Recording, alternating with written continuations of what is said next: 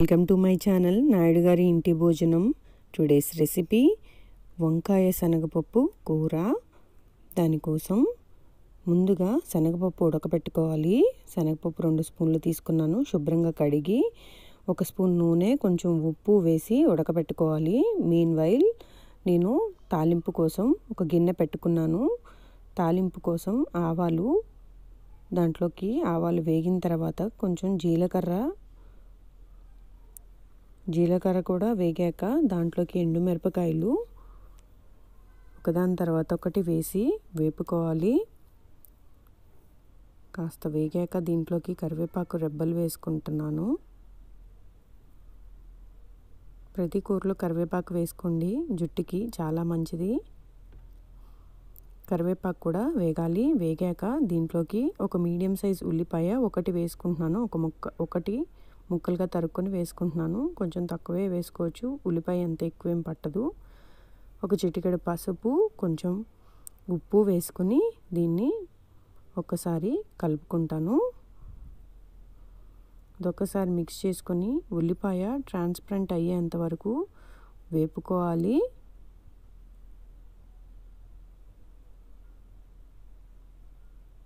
ఒకసారి కలుపుకుంటాను.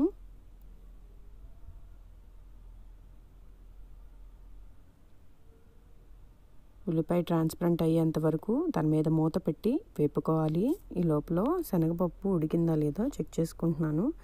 ఇది మెత్తగా ఉడకకూడదు, కొంచెం పలుగ్గా ఉండాలి.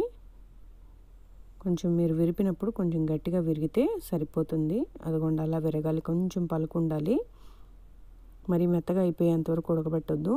ఇది ఎలా ఉడికితే సరిపోతుంది. ఇంకా స్టవ్ ఆఫ్ చేసేసుకొని పక్కన పెట్టుకోండి. ఈలోపు నేను ఒకసారి ఉల్లిపాయ కలుపుకుంటాను.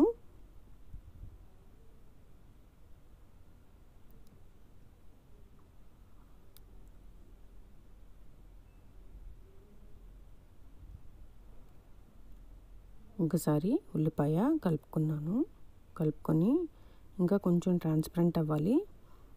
ఇదిగోండి ఇలా అయితే సరిపోతుంది.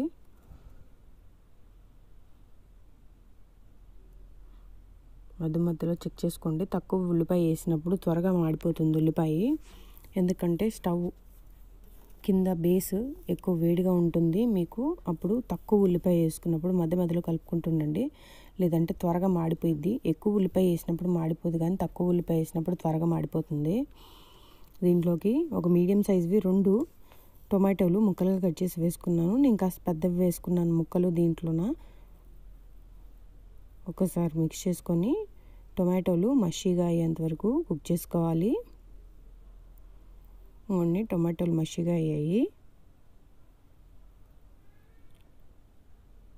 ఇలా కుక్ అయితే సరిపోతుంది.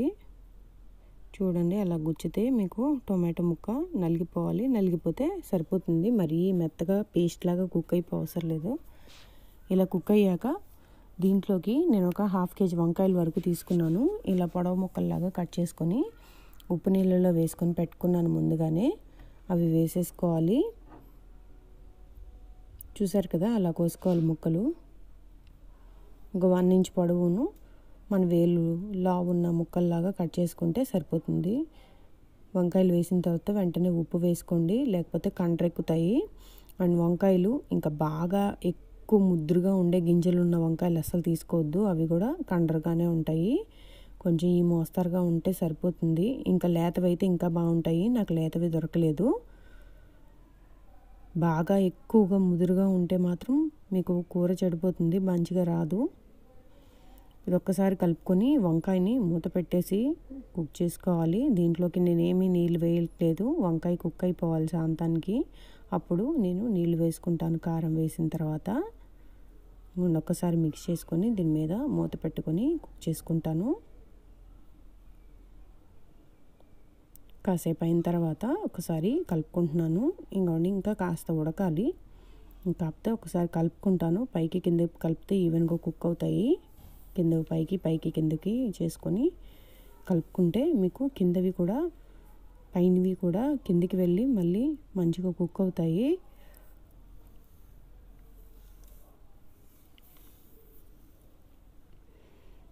మూత పెట్టి ఇంకాస్త కుక్ చేసుకుంటాను. వంకాయ కుక్ అవ్వాలి ఇంకా. ఇదిగోండి, ఇలా అయితే సరిపోతుంది. వంకాయ కుక్ అయిపోయింది. చూసారు కదా, వంకాయ త్వరగానే అయిపోతుందండి. ఒక 5 to 10 minutes పడుతుంది గట్టిగా, అంతే. వంకాయ త్వరగానే కుక్ అయిపోతుంది. నేను ఒక్కసారి ఉప్పు చెక్ చేసుకుంటున్నాను. ఉప్పు సరిపోకపోతే ఇక్కడే వేసుకోండి, లేకపోతే కండరెక్కిపోతుంది కూర అంతా, బాగోదు. మీకు ఉప్పు ఎప్పుడైనా సరే వంకాయ కూరలో ఉప్పు ముందుగా సరిపడా వేసేసుకోవటమే. ఇప్పుడు దీంట్లోకి నేను ఒక 1/2 స్పూన్ మీద కొంచెం కారం వేసుకున్నాను. కారం వేసుకొని ఒకసారి కారం వేగేదాకా కలుపుకుంటాను. కలుపుకొని కారం వేగనిస్తాను కొంచెం. నేను ఎప్పుడు కారం వేసిన వెంటనే నీళ్లు పోయినండి, ఎందుకంటే కారం వేగకపోతే ఒక రకమైన టేస్ట్ వస్తుంది, ఆ టేస్ట్ బాగోదు. కారం కొంచెం వేగిన తర్వాత నీళ్ళు వేసి చూడండి, చాలా డిఫరెంట్గా ఉంటుంది కూర మనకి కుదరకపోవడానికి కూడా కారణం ఇదే. ఎందుకంటే నేను ఫస్ట్లో అలాగే వేసేదాన్ని, కారం వేసిన వెంటనే నీళ్ళు, చింతపండు రసం అన్నీ ఒకటేసారి వేసి కలిపేసుకునేదాన్ని. కూరలు కానీ పులుసులు కానీ దేంట్లో అయినా సరే కారము కొంచెం వేగిన తర్వాత వేసి చూడండి, రుచిగా ఉంటుంది. ఇక్కడ నేను ఉడకబెట్టిన శనగపప్పు కూడా వేసి కలిపేసుకున్నాను. ఒకసారి వేగనిస్తాను.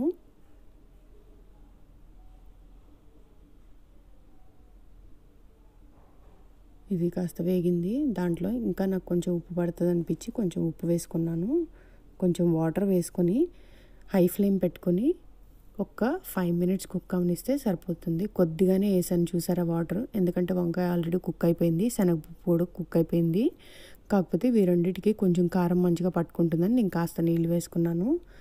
నీళ్ళు వేసేసుకొని మూత పెట్టి హై ఫ్లేమ్ పెట్టుకొని దగ్గర పడే వరకు కుక్ చేసేసుకుంటే మీకు కూర రెడీ అయిపోతుంది.